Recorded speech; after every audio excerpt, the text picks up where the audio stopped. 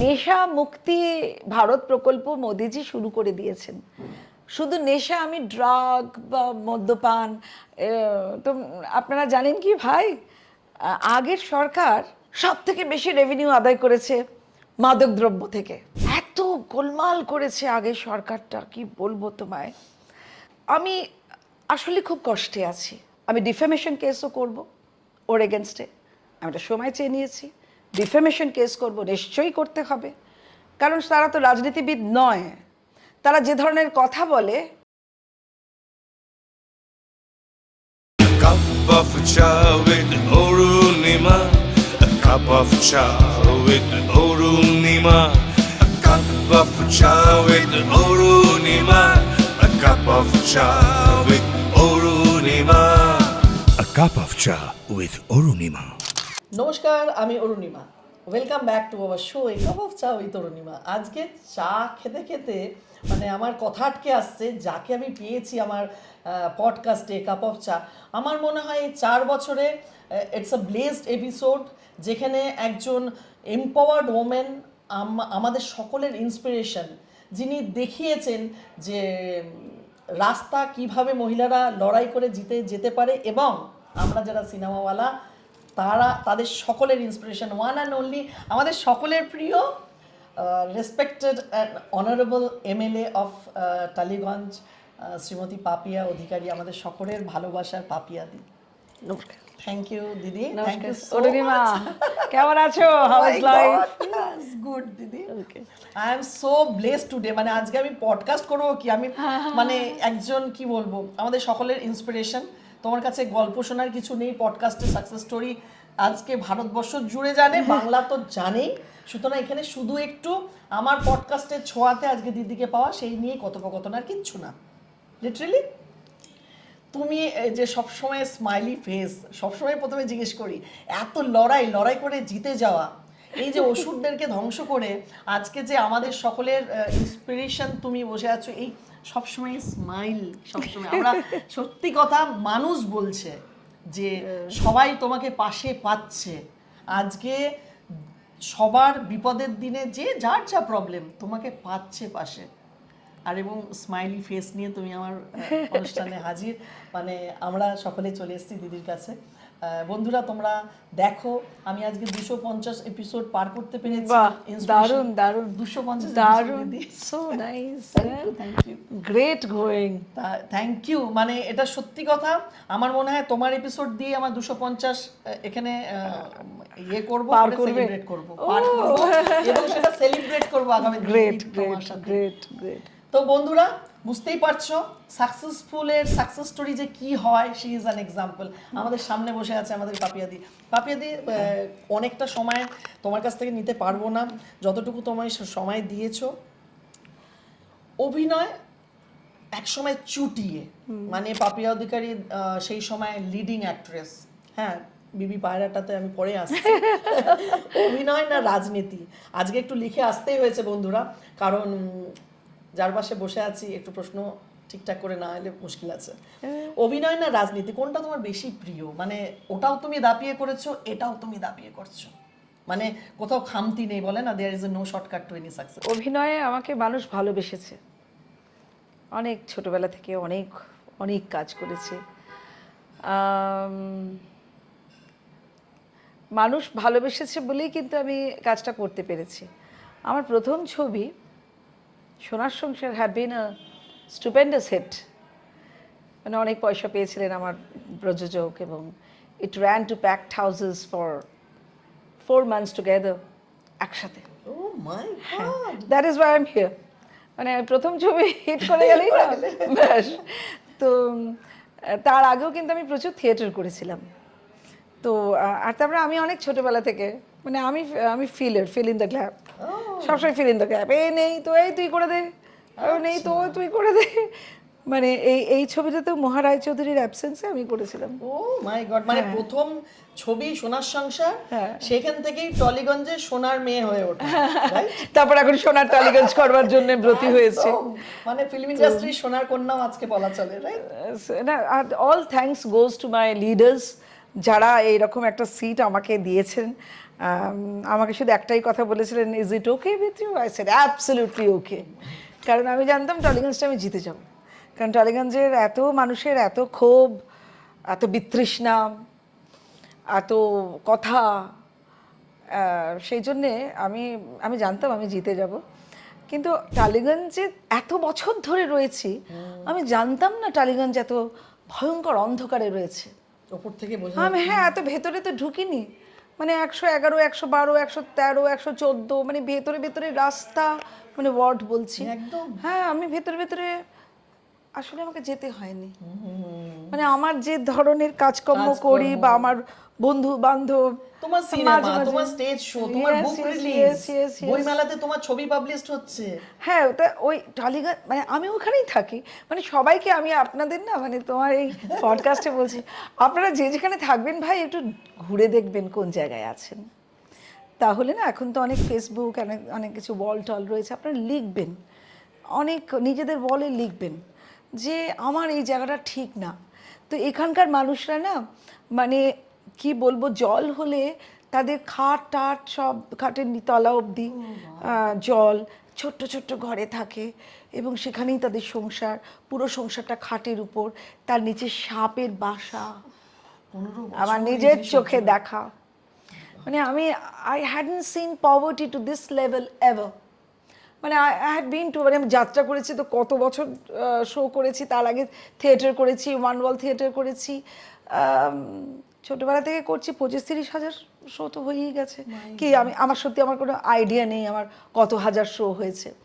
So আমি অনেক দেখেছি, কিন্তু এইরকম টালিগঞ্জ মানে একটা টলিউড, হ্যাঁ এখানে গ্ল্যামার, তার ভিতর এত অন্ধকার। মানে আমার খুব খারাপ লাগলো। এবং আমি ক্যাম্পেন করার সময় আমি বলেছিলাম, দেখুন আমি এরকম শ্রুড পলিটিশিয়ান নই, I am just a woman. আমি একদম একজন দুটি কন্যার মা। আমি অভিনয় করে আপনাদের মন জয় করেছি একসময়। তা এইবার আপনাদের পরিষেবা দিতে চাই, আমি ফার্স্টলি বলেছিলাম। এখন কত মানুষের বাবা, আমি বলেছিলাম আমি মিস্ত্রির মতো আপনাদের খেটে দেবো। আমি আপনাদের যা কিছু, এইবার তো সত্যি দেখছি মিস্ত্রি, দিদি আমার বাড়িতে একটা গাছ পড়ে আছে আজকে প্রায় 7-8 বছর হয়ে গেল। 7-8 বছর গাছ পড়ে রয়েছে? বলেছি কিছু হয়নি, সেই গাছ এত বছর ধরে গাছ পড়ে রয়েছে। আচ্ছা, মানুষের বাড়িতে লোডশেডিং হতে পারে। লোডশেডিংটা কি জানেন তো, কোনো জায়গায় যদি খুব বেশি চাপ পড়ে তখন অন্য জায়গায় একটুখানি বন্ধ, সে বন্ধটা কতক্ষণ হয়, যদি হয় সে বন্ধটা সাময়িক, হ্যাঁ ধরুন ঝড়ে ওই কেবল উড়ে গেছে, এসব হতেই পারে। কতক্ষণ হতে পারে? 1 ঘন্টা, 2 ঘন্টা, 3 ঘন্টা। এখানে নাকি অন্ধকার থাকতো 2 দিন 3 দিন, তাদের স্নান খাওয়া দাওয়া হতো না, ন্যাচারালি স্নান কোথা থেকে করবে? এইরকম বড় বড় রেসিডেন্সি, লম্বা লম্বা রেসিডেন্সি, আলোটা চলে গেছে। অ্যান্ড ওরা আমাকে ফোন করে বললেন, আমরা কিন্তু পরিবর্তনের জন্য আপনাকেই ভোট দিয়েছি। হ্যাঁ, 500টার উপরে তাদের ফ্ল্যাটস। আমার বলছে আপনাকে আলোটা একটু দিতে হবে। আমি ইলেকট্রিকের খুব স্মার্ট একজন মহিলা, সে বলেছিল আলোর কিছু হলেই আমাকে বলবেন। আমি ফোন করলাম, শুনুন না, এরা আমাকে ভোট দিয়েছে আর আমি বলেছি মিস্ত্রির মতো আপনাদের কাজ করে দেবো, তো একটু প্লিজ একটু আলোটা এনে দিন। তো I had been so genuinely simple. তো সেইটা, হ্যাঁ ম্যাডাম কোনো চিন্তা করবেন না। সেই ভদ্রলোক আমার পিএকে বলছেন, কোনো দিন এরকম দেখিনি যে আমাদের আলো সাথে সাথে এসে গেছে, আমাদের একটা কমফোর্টেবল স্লিপ হয়েছে। ম্যাডামকে অনেক আশীর্বাদ করছি, আমরা অনেক সিনিয়র্সরা রয়েছে, আমাদের বাচ্চারা না এখানে থাকে না, আমাদের বাচ্চারা সব বাইরে থাকে। And that is my point. কেন বাচ্চারা মা বাবাকে একলা রেখে চলে গেছে? এখানে প্রথম কথা কোনো কাজ নেই। কিন্তু একটা কথা আমি সবাইকে বলি, তোমরা যারা বড় হয়ে গেছো, তোমরা দারুণ দারুণ পড়াশোনা করেছো, তোমার মা বাবারাই পড়াশোনা করিয়েছে। তোমরা না, মানে যদি এই স্টেটের বাইরে একটু চলে এলে, রাতারাতি চলে এলে, তোমরা বিদেশ চলে যাচ্ছ to have a more comfortable life. And once you are use to a comfortable life, তখন আর ইচ্ছে করে না, হ্যাঁ ঠিক আছে দেশে যাব, দেশ, দেশপ্রেম না থাকলে দেশে এসে কোনো লাভ নেই। এই জাতীয়তাবাদী হওয়ার জন্য আমাদের ভারতীয় জনতা পার্টি কি কাণ্ড করছেন। দেশপ্রেমটা ভেরি ইম্পর্ট্যান্ট। আমি বলছি না খেয়ে না দে, আপনারা এক্ষুনি আমাকে প্রশ্ন করবেন না খেয়ে না দিয়ে কি করে মা বাবাকে দেখব? কম খেতে হবে, বিরাট 4000 স্কোয়ার ফিটে না থেকে কমের মধ্যে। শ্রীরামচন্দ্র মানুষের উপকার করার জন্য, রাক্ষস দমন করার জন্যে, সবরীকে খুশি করার জন্যে এবং নিজের মা বাবাকে তাদের প্রতিশ্রুতি রাখবার জন্য তিনি বনবাসে গেছিলেন। এবং সেই বনবাসে তিনি বনবাসে চলে গেলেন, যুবরাজ, তার পরের দিনে তিনি রাজা হয়ে যেতেন, তিনি বনবাসে চলে গেলেন। তো এইসব রামায়ণ মহাভারত না, this are all moral lessons. তাই আমি সবাইকে বলি, আপনারা হয়তো জানেন না ভাই, আপনাদের মা বাবা এসে, আমি পাপিয়া অধিকারী টালিগঞ্জের বিধায়িকা, আমার কাছে এসে কেঁদেছে, আমার হাতটা ধরে বলেছে একটা কিছু করুন ম্যাডাম, যেন আমাদের ছেলেমেয়েরা আমাদের কাছে ফেরত আসে। I really don't have any idea যে 5 বছরে আমরা এতটা শিল্পায়ন করব যে সবাই ফেরত আসবে কিংবা সবাই ফেরত আসতে চাইবে, কারণ অতটা কমফোর্ট হয়তো আমরা এখন এই মুহূর্তে নাও দিতে পারি, বাট আমরা আপ্রাণ চেষ্টা করছি সবাই মিলে। This Taliganj has become an old age home.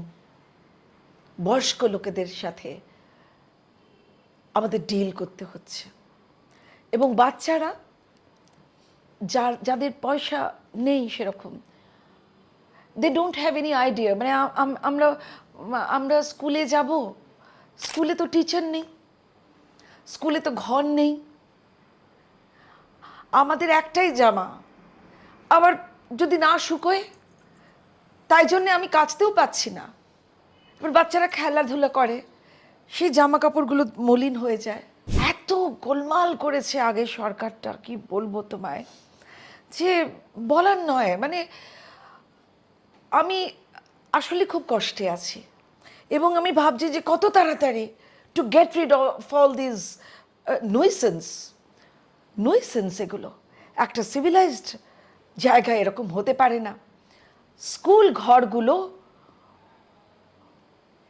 তাদের পলিটিক্যাল রুমস হয়ে গেছে, যেখানে তারা নানা রকম ব্যবস্থা করে, কোন তুলছে প্রমোটার, সেখান থেকে পুলিশকেও তারা বলে দিতেন, ওই যে দলদাস পুলিশ বলে না, পুলিশকে বলতে একটাও এখানে আমাদের সাথে কথা না বলে একটাও যেন ঘর বাড়ি না হয়। ওরা এসে প্রমোটাররা এসে ওদের হাতে আগে টাকা দেবেন, তারপর ঘর বাড়ি শুরু হয়ে গেল। একটা 4 তলা G+3 একটা 4 তলা বাড়ি বানানোর জন্য সেই রকমই তো নিচে অতটা ভিত করতে হবে। সেই ভিতটা, ওই 4 তলার ভিত হলো কিন্তু হয়ে যাচ্ছে 6 তলা বাড়ি। হ্যাঁ, মানে এখানে ঘুম ধরিয়ে একদম না পড়ে যাবে তো, তুমি যতটা নিচে নামবে অতটাই উপরে উঠবে। কিন্তু তারপরে যে 2টো তলা হলো, সেই 2টো তলা সব ইলিগাল, তার জন্য প্রচুর টাকা তারা রোজগার করেছে। আমি না মানে যারা ছিল তাদেরকে তো চিনতাম, আমার না বলতে ইচ্ছা করে যে why did you do this? কত টাকার দরকার, আপনাদের দরকারটা কত টাকার ছিল? মানে এই যে এত এত টাকা বেরোচ্ছে চতুর্দিক থেকে, এই টুলু মণ্ডল নাকি একটা হ্যাকনেট জায়গায় থাকতো, মানে কেউ বুঝতেই পারতো না যে ওইখানে এত কিছু টাকা এবং এত কিছু বেরোবে। এদিন না আকাশচুম্বী লোভে একদম শেষ পুরোটা। আর আমি একটা কথা বলি অরুণিমা, মানে this is my ardent appeal to my government, যে গীতা এবং উপনিষদ পড়াতেই হবে, আবশ্যিক পাঠ্য করতে হবে, যেখানে আছে মা গৃধ কস্যস্য ধনম মা মানে না গৃহীত, লোভ করো না, কশ্চিৎ, কখনো কারোর ধনম, অন্যের ধনের লোভ করবে না, বিকজ তুমি অলরেডি ধনী, তুমি তো মানুষ, তুমি রান্না করা খাবার খাও, তুমি মহাকাশে যেতে পারছো, তুমি সাবমেরিনে থাকতে পারছো, যেতে পারছো, তুমি আঁকতে পারছো, গাইতে পারছো, অভিনয় করতে পারছো, পলিটিক্স করতে পারছো, কি না করতে পারছো তুমি। আমাদের পাপিয়াদি সত্যি কথা, যখন ছবি যাত্রা সব কিছুতেই চুটিয়ে মানুষের ভালোবাসা পেয়েছে, সে সেটা ডিজার্ভ করেছে, সে সেটা আর্ন করেছে। আজকে তাই আমরা পাপিয়াদিকে পেয়েছি। আরেকটা যেটা খুব একটু জিজ্ঞেস করি, সম্প্রতি এক বামপন্থী নেতা প্রকাশ্যে আপনাকে মানে যাদের যা কাজ আর কি মাফিয়া অধিকারী বলে অভিহিত করেছেন, এই বিষয়ে আপনার একটা বক্তব্য। এই কজন যে নেতা আছে না, যারা নিজেদের এখনো যুবক বলে মনে করেন, তারা মোটেই যুবক নন। তো যাই হোক, তাদের কাজ এখন ফেসবুকে, তাদের কাজ হচ্ছে লোক মানে একটু সামান্য সামান্য কথা বলে হাততালি পাওয়া। আমি উকিলের চিঠি দিয়েছি তাকে, তো এটাই উচিত ছিল। আমি উকিলের চিঠি দিয়েছি যে প্রথম কথা, আমি একজন সরকারের প্রতিনিধি, তো সরকারকে অবজ্ঞা করা, অপমান করা, এটা কোনো রাজনীতিবিদের কাজ নয়। ফেসবুকে বেঁচে থাকবার জন্য, রিলস তৈরি করবার জন্য আমাকে যে নামটি দেওয়া হয়েছে সেটা ওদেরই লোক, কোনো কিছু হলে আমার নামটা ওইভাবে ব্যবহার করে। তো আমি ওকে উকিলের চিঠি দিয়েছি, সর্বসমক্ষে ক্ষমা চাইতে বলেছি, আর তা না হলে আমি ডিফেমেশন কেসও করব ওর এগেনস্টে। আমি একটা সময় চেয়ে নিয়েছি, ডিফেমেশন কেস করব, নিশ্চয়ই করতে হবে, কারণ তারা তো রাজনীতিবিদ নয়। তারা যে ধরনের কথা বলে, আরএসএসের আমাদের ছেলেদের, উনি উনি উনি অদ্ভুত একটা মন্তব্য করেছেন। আমার সব জানা আছে। সেদিন আমার প্রচণ্ড কাজ ছিল, কুণালদা আমাকে বললেন যে আপনি অন্তত কিছুক্ষণের জন্য আসুন, আপনার নামটা অ্যানাউন্স হয়েছে। আমি তাই কিছুক্ষণের জন্য গেছিলাম। I had not been through the debate, হলে আমি ওকে কি বলতাম সেটা আমিই জানি। তো এরা কেউ রাজনীতিবিদ নয়, এরা নিজেকে প্রকাশিত রাখার জন্য এবং দলটিকে কোনো ক্রমে একটু চাঙ্গা করে রাখার জন্য, দলটির তো কোনো ভূমিকাই নেই। ওই সিপিএমের বহু মানুষ আমাকে ভোট দিয়েছে এখানকার টালিগঞ্জে। তা আমি বললাম যে তোমরাই তো আমায় জিতিয়ে দিলে আদতে। তো সিপিএমের বহু মানুষ তারা এসে বলেছে যে আমরা আপনাকে ভোট দিয়েছি, আমি তাদের চিনিও, বলে আমরা আপনাকে ভোট দিয়েছি। তো সিপিএমের বহু মানুষ এবারও তো দেখবেন এবার কাউন্সিলর ভোট আসছে, তো তারা কোথাও নেই, তাদেরকে দেখা যাচ্ছে না, তাদেরকে জানাই যাচ্ছে না। আর সরকারের রিপ্রেজেন্টেটিভ একজন অনারেবল মানুষকে আপনি পাবলিকলি এই কথাটা বললেন, আপনার সাহস হলো কি করে? প্রথম কথা, আপনার পড়াশোনা কোথায়? দ্বিতীয় কথা, আপনার আপব্রিঙ্গিং কাদের মধ্যে? কারা আপনাকে বড় করে তুলেছে বাড়িতে এবং বাইরে? তাদেরকেও আপনি অপমান করেছেন। সরকারকে এরকম দুম করে সরকারের প্রতিনিধিকে এইভাবে গালাগাল করা যায় না, যার কোনো রকম আজ অবধি কোনো রকম কালো দাগ আপনি পাবেন না। এত বড় সাহস আপনার হলো কি করে ভাই? এবং আপনার কোনো এক সময় আপনার তখন থেকে আপনি এই সমস্ত ফেসবুক করছেন, আপনার দল হয়তো জানতে পারেনি যে আপনি ফেসবুকে বা আপনি যে সমস্ত টেলিভিশনে বসেন সেখানে শুধু নিজেকে প্রমাণ করবার জন্য যে আমি আছি। পারবেন না, আপনি জাতীয়তাবাদীর সঙ্গে আপনারা লড়তে পারবেন না। আপনারা বলেন যে ঠাকুর নেই, ঠাকুর বিশ্বাস করি না, গিয়ে তো ঠাকুরের কাছেই নমস্কার করেন, বাবা এবার যেন আমি বেঁচে যাই, এবার যেন বেঁচে যাই। কিন্তু আপনাকে তো আর বাঁচতে দেওয়া হবে না ভাই। আমি ডিফেমেশন কেস করব আপনার এগেনস্টে।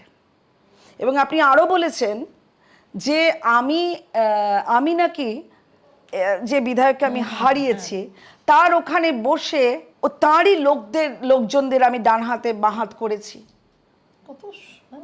কত বড় সাহস হলো! কে সব ইনফরমেশন তো দিয়েছে কে আমি জানি, আমাদেরই ফেডারেশনের যারা ওনার দলভুক্ত তারা বলেছে। তাদের আবার আরেকটা কথা বলছি, প্রকৃত রাজনীতিবিদ হলে 4বার করে বলতে হয়, 4বার করে ইনফরমেশন নিতে হয়। If this is not correct then I'll go for another, if that is not correct I'll go for another information which you didn't. তাই ভুলভাল ইনফরমেশনের উপর ভিত্তি করে আপনি আমাকে এই ধরনের কথা ওপেন ফোরামে বলে দিলেন, আপনার সাহস হয় কি করে? মেয়েদের টেকনিশিয়ানসদের বলেছে, তোরা যদি আমার কথা মতো না থাকিস তাহলে তোদের তো মারবো, মেরে ফেলবো, তারপরে রেল লাইনে তোদের বডিগুলো রেখে দেবো, বলবো যে এটা সুইসাইড হয়েছে। অসম্ভব। এইসব হতো ফেডারেশনে। আর আরো অনেক জল কথা। ছিটিয়েছো। আমি আমার কাপ অফ চা ওই তরুণীমাতে বলি, তুমি গঙ্গা জল ছিটিয়েছো, একটু শুদ্ধ হয়েছে দিদি। না, এখন অনেক It's শুদ্ধ fact, হয়েছে it's যে fact. এ বাদ সে বাদ, নন মেম্বার, আরে নন মেম্বারও সবাই মেম্বার্স। জনগণ কিন্তু বলে, সেটা বলে ফেলছি এখানেই, সকলে বলে যে টালিগঞ্জ কিন্তু একজন শিক্ষিত এমএলএ পেয়েছে। এটা শিক্ষাটা সবাই বলে, এটা অফ দ্য ট্র্যাকের কথা। আমি বলি যে পেটে প্রিন্ট আছে তো, মানে পেটে, মানে মাথায় না, পেটটা তো গজগজ করে। এক তো ঈর্ষায়, তাকে মাৎসর্য বলে, এক লোভে মানে গজগজ করে, মানে পেটটাকে না আগে ঠান্ডা রাখতে হয়। তো এবারে কবিতা আমি প্রেমের কবিতা বলেছি, আর প্রেমের কবিতা আমাকে দিয়ে আর লিখিও না, আমি খুব সুইটলি প্রেমের কবিতা লিখি। তো কিন্তু এইবারে আমি যেটা লিখছি সেটা হচ্ছে মানে বেচারা দ্রৌপদী। আচ্ছা, দ্রৌপদী এত সুইট, এত সুন্দরী, সে হোমকুণ্ড থেকে উঠে আসা, সে একটা অন্য রকমের অজনী সম্ভবা, সেই দ্রৌপদী যাকে ভালোবাসলো, ভাগ করে নিতে হলো। এবার বেনি বাঁধলো যে আমি ওকে দুর্যোধনকে দুর্যোধন যতদিন না হত্যা হচ্ছে, জয়দ্রথ বধ না হচ্ছে, নানা রকম ও প্রতিজ্ঞা করেছিল। প্রতিবার ভীম, যে ভীম মানে ওকে ছেড়ে অন্য জায়গায় বিয়ে করেছে, এমনকি অর্জুনও ওকে ছেড়ে অন্য জায়গায় বিয়ে করেছে। তো একমাত্র যুধিষ্ঠির বিয়ে করলো না, কারণ সে ছিল শান্ত, সে ছিল জ্ঞানী, প্রজ্ঞাবান। তো এইবার তার 5টা ছেলে, তারাও রইল না, তাদেরকেও হত্যা করা হলো। তো দ্রৌপদী করবেটা কি? এক কৃষ্ণ সখা ছিল, তারাও তো সব, কেউ রইল না কুরুক্ষেত্র যুদ্ধের পরে। যে যে ওকে বাঁচাতে এসেছিল, অনেক শাড়ি বস্ত্র সে সাপ্লাই করেছিল। 36 বছর বাদে যখন তারা স্বর্গযাত্রা করছে কুরুক্ষেত্র যুদ্ধের পরে, রাজা ছিলেন সেই যুধিষ্ঠির, তিনি রানী ছিলেন। এবার স্বর্গে যাত্রা করছে, সবাই পটপট করে মরে গেল। অর্জুন মরে গেল, ভীম মরে গেল, নকুল সহদেব সবাই মরে গেল যেতে যেতে। দ্রৌপদীও মরে গেল। বেচারা দ্রৌপদী। কুকুরটি সে কিন্তু যুধিষ্ঠিরের সঙ্গে সঙ্গে উপরে চলে গেল। তাই বেচারা দ্রৌপদী একজন কুকুরের কাছেও তাকে হার স্বীকার করতে হলো, নতি স্বীকার করতে হলো। হায় দ্রৌপদী। কিন্তু তবু আমরা কুকুর ভালোবাসি, Oh my God! আমরা ভালোবাসি, তাদের বাড়িতে রাখি। সে যুধিষ্ঠিরের সঙ্গে স্বর্গযাত্রা করেছিল, কিন্তু বেচারা দ্রৌপদীর কথা তো কেউ ভাবে না। আমার গায়ে কাটা দিচ্ছে, এত কাজের চাপ, ভেতরে জ্ঞানের ভান্ডার দিদি। I am blessed today. আমি অন স্ক্রিন বলছি, I am really blessed today. আমি একদিন আড্ডা grateful মারবো। থেকে গেলাম তোমার সাথে আজকে এই পডকাস্টটা করে, আমি এভার গ্রেটফুল থেকে গেলাম যে এরকম একটা সেশন পেলাম একজন। Thank you so much. শুধুই জিজ্ঞেস করবো একটু, এই যে তোমার আমাদের এই পডকাস্টটা হচ্ছে একটু মোটিভেশনাল অ্যান্ড ইন্সপিরেশনাল, এই যে একটা যুব সমাজ জেনজিজ একটা ব্যাপার হয়েছে, হ্যাঁ, তাদেরকে তুমি একটু কড়া করে কিছু একটু কড়া করে বলবো না, তোমাদের ভালোবেসে বলবো। নেশা মুক্তি ভারত প্রকল্প মোদিজি শুরু করে দিয়েছেন। শুধু নেশা, আমি ড্রাগ বা মদ্যপান, তো আপনারা জানেন কি ভাই, আগের সরকার সব থেকে বেশি রেভিনিউ আদায় করেছে মাদকদ্রব্য থেকে, and they had been very proud of it. And what a shame, এত অবমাননা কর একটা ঘটনা, শিল্পায়ন থেকে নয়, কোথা থেকে নয়, তারা মাদক বিক্রি করে আজকে দোল। আরে বাবা, আজকে কালী পুজো, ওরে বাবা কত মদ বিক্রি হচ্ছে, কত মাদক বিক্রি হচ্ছে, কত রকমভাবে কিছু হচ্ছে। কিন্তু শুধু নেশা দ্রব্য নয়, এই যে মোবাইলটা, এই মোবাইলটাও কিন্তু একটা নেশা। এই যে সোয়াইপ করে করে করে এইটা, এই নেশাগুলো অফ করতে হবে, এটাও একটা নেশা। তারপরে যারা বন্ধু নয় তাদের সঙ্গে থাকাটাও একটা নেশা। ছোটবেলায় আমাদের ছোটবেলায় বলতো ওর সঙ্গে মিশিস না, ও ভালো না। মা বাবা তো তারা জানে যে তারও ভুলভাল সংস্রব। ঠিক সংস্রবে থেকে তোমরা দেশের জন্য কাজ করো। আমাদের কন্টেন্ট, আমাদের মহামান্য প্রধানমন্ত্রী বলে দিয়েছেন যে কন্টেন্ট রাইটার্সদের জন্য ওনার একটা আলাদা চিন্তা আছে। কন্টেন্ট করো না, কত কিছু। অ্যান্ড তোমাদের ভালোবাসি আসলে। তোমরা না থাকলে তো আমাদের পরবর্তী লাইফ তো চলবে না। তোমরা ভালো থেকো, ভালোবেসো, নিজেদের আত্মসম্ভ্রম বজায় রেখো, যাতে করে কেউ তোমাদের দিকে আঙুল তুলতে না পারে। আর তোমরা যখন বাচ্চা ছিলে তখন তোমাদের বাবা মারা তোমাদের আঙুল ধরে ধরে নিয়ে যেত স্কুলে, তারপরে কত কাণ্ড করে তোমাদেরকে বড় কলেজে ভালো করে পড়াশোনা করলে। তারপর দুম করে চলে যেও না, কারণ তখন তোমাদের মা বাবার যখন সেই কচি হাতটা অনেক বড় হয়ে গেছে, সেই হাত ধরবার, তাদেরকে বৃদ্ধাবাসে পাঠিও না, তাদের সঙ্গে থেকো। সত্যি চোখে জল চলে আসছে, মনে রেখো তোমরা কথাগুলো। আর কাপ অফ চা ওই তরুণীমাকে দশে কত দেবে? তোমাকে 10-এ 10, সব সময় তোমাকে 10-এ 10। আর আজকে ক্যাপটার জন্য তো দারুণ লাগছে। Thank you, thank you. I am really happy, I am overwhelmed, I am feeling overwhelmed really. আজকে এত তুমি সময় দিয়েছো দিদি, এটা বোধহয় আমার বিশাল বড় পাওয়া, বিশাল বড় পাওয়া। Thank you. এডিটিং নেই কোনো গল্পের মাঝে, শুনে নাও তুমিও লাগবে কাজে। ভাষার অনুপ্রেরণা,